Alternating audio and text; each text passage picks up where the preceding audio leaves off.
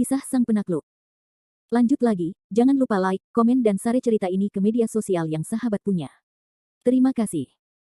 Bab tahun 1343 sampai tahun 1345. Permintaan Ouyang Tian adalah hal yang wajar bagi Kevin Ye. Bagaimanapun, siapapun yang telah menyaksikan metamorfosis Howard Zhang akan memiliki ide dan keinginan untuk menjadi lebih kuat. Ouyang Tian juga merupakan pemilik keluarga Ouyang, dan dia juga seorang pejuang. Keinginan pejuang untuk berkuasa adalah bawaan dan tidak dapat dipadamkan. Sebenarnya, ide untuk menjadi sekuat Kevin Ye telah ada dalam pikiran Ouyang Tian sejak lama, tetapi Ouyang Tian tidak pernah mengambil langkah itu. Bagaimanapun, menurut pendapat Ouyang Tian, Kevin Ye adalah seorang jenius alami yang tidak dapat dipelajari oleh semua orang.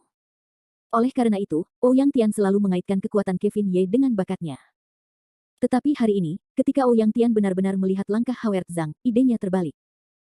Karena Ouyang Tian menemukan bahwa dia selalu salah. Bukan bakat Kevin Ye yang membuatnya kuat, tetapi semua orang di sekitarnya kuat. Howard Zhang dan Michael Liu bahkan lebih rendah dari diri mereka sendiri sebelum mereka mengenal Kevin Ye, tetapi pertumbuhan mereka sangat luar biasa. Howard Zhang hari ini, apalagi Ouyang Tiannya sendiri, takut bahwa seluruh keluarga Lin Hai Ouyang tidak lagi di matanya. Beginilah keberadaan teror, beginilah sejarah pertumbuhan yang tidak normal. Jadi Ouyang Tian tiba-tiba menemukan bahwa selama Ye Sao bersedia menjadi mengerikan, dia tampaknya sama kuatnya dengan Howard Zhang. Ini membuat pikiran Ouyang Tian mulai hidup kembali dan mulai melonjak. Bagaimanapun, Howard Zhang bisa, Michael Liu bisa. Kenapa tidak? Dengan tidak mau dan gigih seperti itu, Ouyang Tian dengan berani mengajukan persyaratannya sendiri kepada Kevin Ye. Namun, Ouyang Tian tidak pernah menyangka bahwa Kevin Ye tidak setuju atau tidak setuju dengan keinginannya. Sebaliknya, dia mengajukan pertanyaan aneh.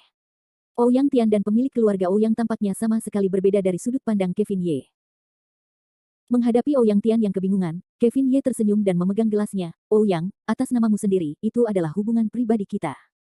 Dengan hubungan pribadi antara kamu dan aku dapat membantumu menjadi lebih kuat. Itu adalah persahabatan dan tidak perlu balasan apapun. Tetapi jika kamu membicarakan masalah ini denganku sebagai kepala keluarga Ouyang, situasinya akan sangat berbeda.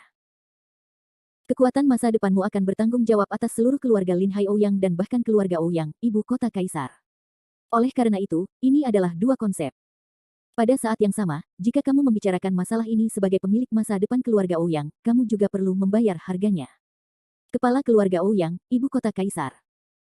Ouyang Tian ketakutan dengan kata-kata Kevin Ye, dan dia tertegun untuk waktu yang lama tanpa melambat. Bagaimanapun, setelah melihat kekuatan Howard Zhang, Ouyang Tian hanya ingin membuat dirinya lebih kuat dalam arti yang sederhana. Mengenai keluarga emas dari ibu kota kekaisaran, Ouyang Tian tidak tahu. Tetapi sekarang dia disebutkan oleh Kevin Ye, Ouyang Tian tiba-tiba merasa tidak nyaman. Saat ini, Michael Liu berada di samping Ouyang Tian dan berkata sambil tersenyum, Xiao Tian, aku tidak berbicara tentangmu. Kamu benar-benar kepala ikan kayu. Kakak iparku telah mengisyaratkan dengan sangat jelas, dan artinya tidak bisa lebih jelas lagi. Apakah kamu ingin menjadi kepala keluarga Ouyang, ibu kota kaisar? Bagaimanapun, tidak sama untuk melatih orang kuat dan master keluarga emas. Aku. Jelas, Michael Liu saat ini telah membuat kata-katanya sangat jelas. Bagi Ouyang Tian, untuk menjadi kepala keluarga Ouyang, ibu kota kaisar, dia tidak pernah memikirkannya, juga tidak berani memikirkannya. Saat ini, Ouyang Tian hanya mengangkat kepalanya dan menatap Kevin Ye yang tersenyum. Dia tidak tahu bagaimana menjawabnya. Namun, Kevin Ye masih tersenyum dan berkata kepada Ouyang Tian, Ouyang, jika kamu tidak pergi ke ibu kota kekaisaran untuk melihat-lihat, maka aku memiliki pil di tanganku, yang dapat mengubahmu menjadi master bawaan dalam hitungan menit. Tidak masalah untuk menikmati umur panjang 3 atau 500 tahun. Namun, begitu pilku diminum, aku khawatir kamu tidak akan pernah bisa mencapai tingkat yang lebih tinggi sepanjang hidupmu. Tentu saja, jika kamu berada di daerah pesisir, pencapaianmu akan cukup. Tetapi jika kamu memiliki ide untuk pergi ke ibu kota kekaisaran, itu akan berbeda. Meskipun keluarga Ouyang, ibu kota kaisar, tidak terkalahkan di dunia, para tetua keluarga Ouyang setidaknya memiliki ranah di Yuan. Kamu tidak dapat menjadi kepala keluarga Ouyang dengan kultivasimu, jadi kamu dapat memilih kemana harus pergi. Aku. Menghadapi analisis Kevin Ye tentang buah merah, Ouyang Tian segera jatuh ke dalam dilema. Tiba-tiba mulai panik. Mengatakan bahwa Ouyang Tian tidak ingin pergi ke ibu kota kekaisaran dan mewarisi keluarga emas besar, itu menipu. Lagi pula, selama seorang sosok di dunia menantikan kariernya yang hebat, Ouyang Tian tidak terkecuali. Dibandingkan dengan keluarga emas Ouyang dan keluarga Lin Hai Ouyang, Ouyang Tian secara alami ingin memilih yang pertama. Tetapi saat ini, Ouyang Tian juga memiliki keraguan dan kekhawatiran. Lagi pula, apakah keluarga emas besar dapat mengendalikannya atau tidak? Ouyang Tian tidak memiliki kepercayaan diri. Pada saat yang sama, dia tidak tahu apa yang akan hilang untuk Ouyang Tian, jadi dia tidak memiliki dasar di hatinya. Suasana hati Ouyang Qian benar-benar rumit di mata Ouyang Qianqi. Adapun Ouyang Tian, Kevin Ye tidak memaksanya untuk melakukannya, tetapi dia berkata dengan gembira, tidak masalah jika kamu tidak dapat membuat pilihan untuk sementara waktu. Ouyang, kamu dapat kembali dan memikirkannya dan meminta nasihat dari Master Ouyang. Kata Kevin Ye tiba-tiba mengulurkan tangannya, di tangannya sebuah botol kaca berwarna-warni tiba-tiba muncul, dan meletakkannya di atas meja. Ada 3 pil 5 elemen di dalamnya. Kamu dapat membawanya kembali ke Master Ouyang. Saya pikir prestasinya belum meningkat sejak terobosan terakhirnya. Pil ini cocok untuknya dan dapat membantunya menerobos sesegera mungkin. Pada saat itu, Ouyang Tian tidak setuju, dan dia mengambil pil Kevin Ye, Xie Ye Sao. Kamu dan aku tidak harus saling bertemu seperti itu. Sementara Kevin Ye dan Ouyang Tian berbicara, pintu kotak itu penuh dengan orang, dan kemudian Howard Zhang, yang masih membunuh, masuk. Kakak Ye, aku kembali. Kevin Ye tersenyum dan melihat ke belakang, apakah masalahnya sudah terpecahkan? Howard Zhang menundukkan kepalanya dan berkata, sudah terpecahkan.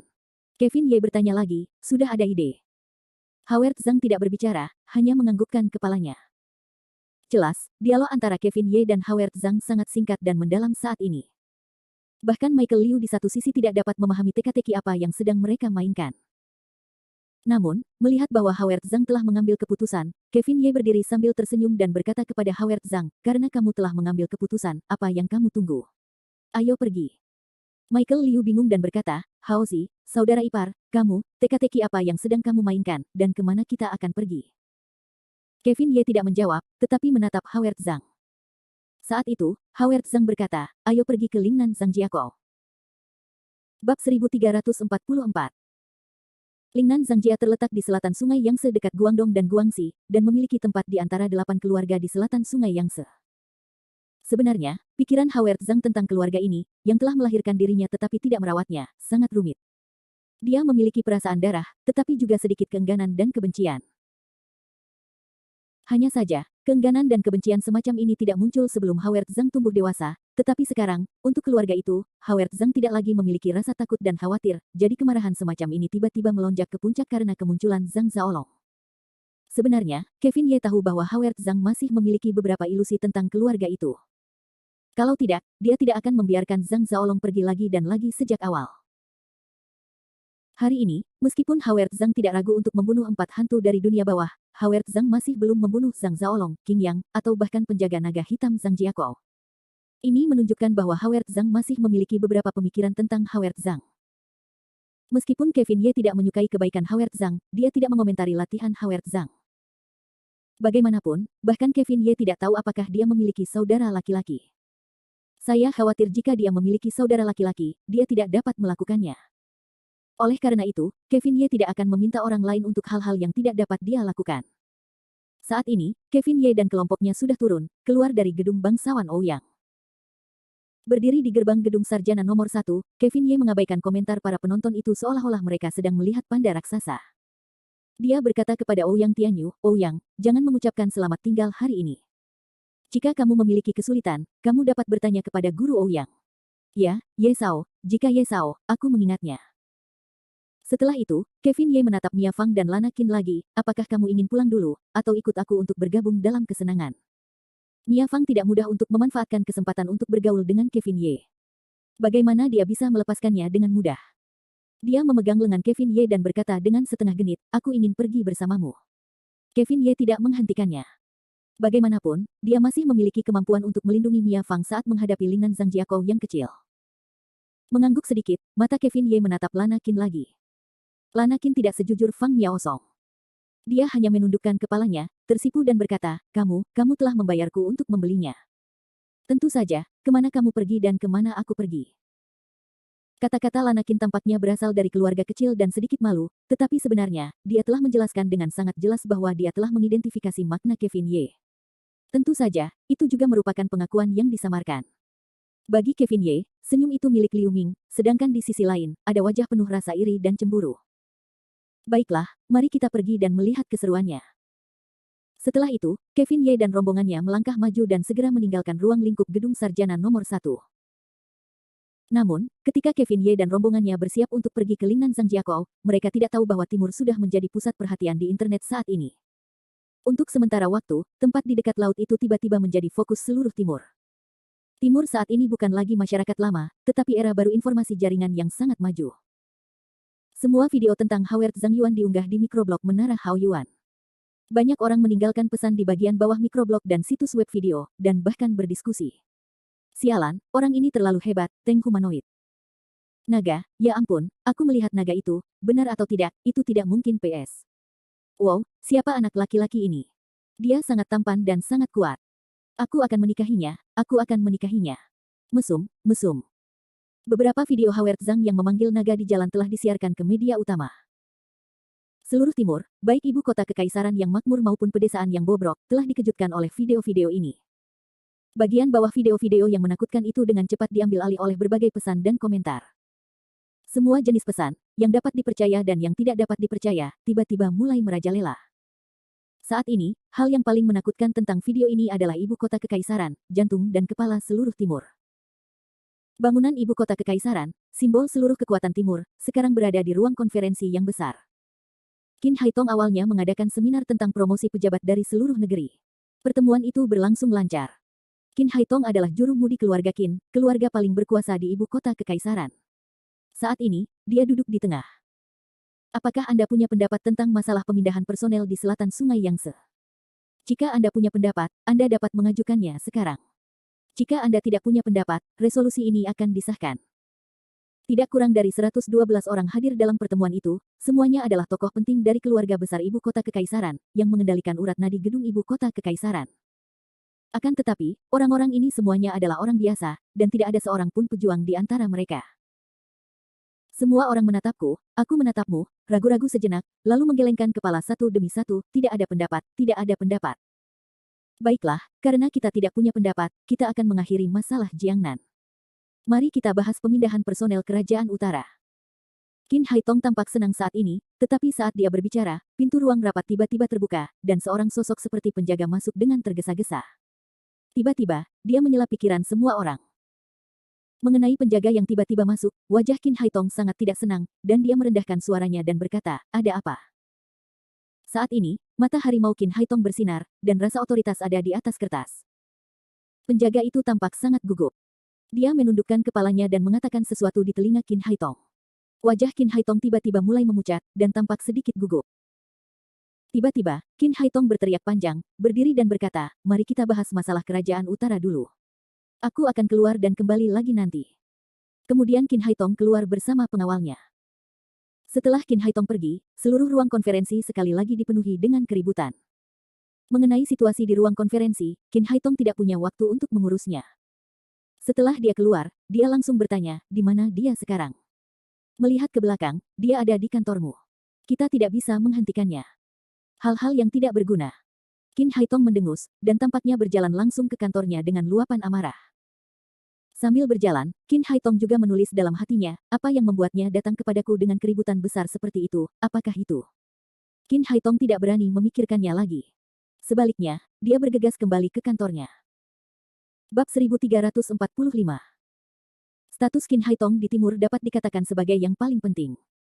Ia bukan hanya kepala keluarga Qin, gerbang pertama ibu kota kekaisaran, tetapi juga juru mudi dalam rencana 5 tahun ke-9. Orang yang dapat menurunkan status Qin Haitong dan bertemu langsung di pertemuan penting bukanlah orang yang baik untuk ditemui. Paling tidak, status atau kekuatannya tidak akan lebih rendah dari Qin Haitong. Benar saja, saat ini, duduk santai di kantor Qin Haitong adalah seorang wanita yang tampak muda. Dilihat dari penampilannya, usia wanita ini kurang dari 30 tahun. Wajahnya sangat halus, dan tubuhnya sangat indah. Terutama matanya dapat dikatakan sebagai Gupan Seng Hui, yang memiliki pesona wanita dewasa dan sedikit keceriaan. Wanita yang duduk di kantor Qin Haitong tidak lain adalah pedang biru besar, Nalan Gongyu. Berbicara tentang Nalan Gongyu dan Qin Haitong, masih ada hubungan darah di antara mereka. Gadis kecil ini, Qin Haitong, telah melihatnya tumbuh dewasa. Dia keluar dari ruang rapat dengan tergesa-gesa dan berjalan ke kantornya. Wajah Qin Haitong sangat tidak senang. Dia menatap Nalan Gongyu, yang sedang duduk santai di mejanya. Qin Haitong tampak seperti sedang menatap matanya. Adik iparku, tidakkah kamu tahu aku sedang rapat? Apa yang kamu lakukan di sini jika kamu tidak tinggal di pangkalan pedang biru saat ini? Jelas, dari nada bicara antara Qin Haitong dan Nalan Gongyu, keduanya sangat akrab, dan hubungan normal mereka juga luar biasa. Namun, Nalan Gongyu memiringkan kakinya dan berkata sambil tersenyum, jika aku bosan tinggal di pedang biru, aku akan datang ke sini untuk bermain denganmu. Bagaimana mungkin aku tidak bisa? Mendengarkan godaan Nalan Gongyu, Qin Haitong penuh dengan kepahitan. Dia menyelinap ke Nalan Gongyu, bibiku, ada apa denganmu? Kamu harus datang ke sini untuk bermain. Ini adalah gedung ibu kota kekaisaran. Tampaknya dia sangat tidak puas dengan penampilan Nalan Gongyu, dia tidak cemas atau tidak sabar. Qin Haitong merendahkan suaranya dan berkata. Namun, Nalan Gongyu tampaknya tidak menganggap serius apapun dan berkata, aku tahu ini adalah gedung ibu kota kekaisaran, jadi aku datang ke sini untuk mencarimu. Qin Haitong segera mengerutkan kening dan berkata, ayolah, apa yang terjadi? Apakah ada yang salah dengan 4 kuil di barat? Pertama kali melihat Nalan Gongyu, Qin Haitong teringat pada 4 kuil besar di barat dan apa yang disebut perang suci. Bagaimanapun, identitas Nalan Gongyu ada di sini. Dia adalah pria besar pedang biru, dia tim penegak hukum kekuatan timur, dan penatua tertinggi. Dia datang kepadanya dengan tergesa-gesa. Sudah pasti ada sesuatu yang besar terjadi di dunia kekuatan. Dan kemungkinan terbesar adalah perang suci antara timur dan barat akan dimulai lagi. Namun, Nalan Gongyu tidak setidak sabar dan gugup seperti yang dibayangkan Qin Haitong. Dia hanya berkata, perang suci antara timur dan barat. Hehe, tidak seheboh yang kau kira. Mendengar Nalan Gongyu berkata demikian, Qin Haitong merasa lega. Bagi Qin Haitong, yang paling dikhawatirkannya saat ini adalah perang suci. Qin Haitong berharap perang suci ini tidak akan pernah terjadi, setidaknya tidak saat dia masih hidup. Sambil terkesiap, Qin Haitong melirik Nalan Gongyu dan berkata, adik iparku, tidak bisakah kau bernapas begitu banyak di masa depan? Kau akan membuat orang takut setengah mati. Saat dia mengatakan ini, Qin Haitong duduk dan menyesap tehnya. Kemudian dia berkata, ayolah, karena ini bukan perang suci antara timur dan barat, apalagi yang bisa kau lakukan untuk datang ke gedung ibu kota kekaisaran secara langsung. Nalan Gongyu menyipitkan mata dan tertawa. Alih-alih mengatakan apa itu, dia mengeluarkan ponselnya dan menyerahkannya kepada Qin Haitong. Dia berkata, lihat ini dulu. Setelah membacanya, kamu akan mengerti. Qin Haitong agak tidak tahu, jadi, mengambil ponsel istana Nalan Yu. Tiba-tiba, suara harimau mengaum dan nyanyian naga keluar dari ponsel. Qin Haitong menyaksikan video yang indah itu, dan seluruh orang itu tercengang. Setelah setengah suara, dia menatap Nalan Gongyu dengan tatapan yang tidak dapat dipercaya. Kamu, di mana kamu mendapatkan video ini? Qin Haitong bertanya dengan gugup. Bagaimanapun, orang awam mungkin berpikir bahwa video ini adalah hasil suntingan efek khusus, tetapi Qin Haitong adalah penguasa keluarga Qin, dia tidak dapat berpikir sesederhana itu. Nalan Gongyu terkekeh, lalu mencungkil Qin Haitong dan berkata, dari mana kamu berasal? Sekarang telah tersebar di seluruh internet. Selama kamu menyalakan komputermu, berita utama halaman depan semuanya tentang berita ini. Qin Haitong tiba-tiba terkejut dan melemparkan ponselnya ke meja, sialan, sialan. Orang-orang ini tidak punya otak untuk makan nasi kering. Setelah itu, Qin Haitong langsung menjerit panjang. Namun, Nalan Gongyu, terlepas dari ketidakberdayaan Qin Haitong, hanya bertanya sambil tersenyum, sudah kubilang, sudah terlambat bagimu untuk mengatakan apapun sekarang apa yang paling penting untuk dilakukan. Jika video semacam ini menyebar dengan begitu tidak terkendali, Anda harus tahu apa konsekuensinya. Setelah jeda dalam suaranya, Nalan Gongyu melanjutkan, sejak berdirinya negara di timur, seni bela diri dan bakat supernatural selalu dilarang. Mereka sendiri tidak akan diizinkan untuk tampil di depan umum dalam acara-acara rakyat biasa. Bahkan jika mereka melakukannya, mereka tidak dapat menggunakan kekuatan yang begitu kuat dengan sembrono. Sekarang video pendek ini telah tersebar liar di internet, tetapi dalam waktu setengah jam, akan ada ratusan juta pemutaran dan unduhan. Begitu orang-orang biasa di timur tahu tentang keberadaan makhluk supernatural, itu bukan pertanda baik. Saya tahu, saya tahu. Qin Haitong menanggapi dengan sangat tidak senang. Kita harus tahu bahwa timur belum lama berdiri, dan internet tidak berkembang seperti itu beberapa dekade lalu. Oleh karena itu, perilaku dan cara seni bela diri tidak akan mudah menyebar. Selain itu, sebagian besar seni bela diri akan tahu bagaimana menghindari kecurigaan dan tidak akan melakukannya di depan umum. Oleh karena itu, perilaku Howard Zhang kali ini tidak diragukan lagi telah menjadi karya perintis dalam sejarah timur. Dunia misterius dan penuh misteri yang selama ini selalu ada telah terdorong ke hadapan semua orang lagi. Orang-orang yang sopan melanggar larangan dengan seni bela diri, dan pria yang sopan melanggar larangan dengan seni bela diri. Qin Haitong berteriak panjang, lalu menatap Nalan Gongyu, gadis kecil, hal-hal di internet akan mereda. Saya berjanji bahwa tidak akan ada lagi video di internet dalam 1 jam. Tetapi orang-orang dalam video ini jelas telah melanggar aturan. Ini adalah bisnis pedang biru Anda. Haha, jika Anda membunuh orang di jalan, tidak peduli siapa dia, Anda harus menangkapnya dalam seminggu. Di timur, tidak ada yang diizinkan hidup seperti ini. Jelas, Qin Haitong membenci pemakan kepiting pertama dalam video itu, jadi untuk mencegah bahaya dan mencegah prajurit masa depan mengikuti jejaknya, Qin Haitong berpikir bahwa orang ini harus menghilang di timur. Namun, mendengarkan kata-kata Qin Haitong, Nalan Gongyu merasa seolah-olah sedang mendengarkan sebuah lelucon, menangkap dan mengadili. Hehe, kamu benar-benar pandai bercanda. Aku khawatir kita tidak bisa menggerakkannya. Kenapa? Qin Haitong segera mencubit matanya dan bertanya dengan putus asa.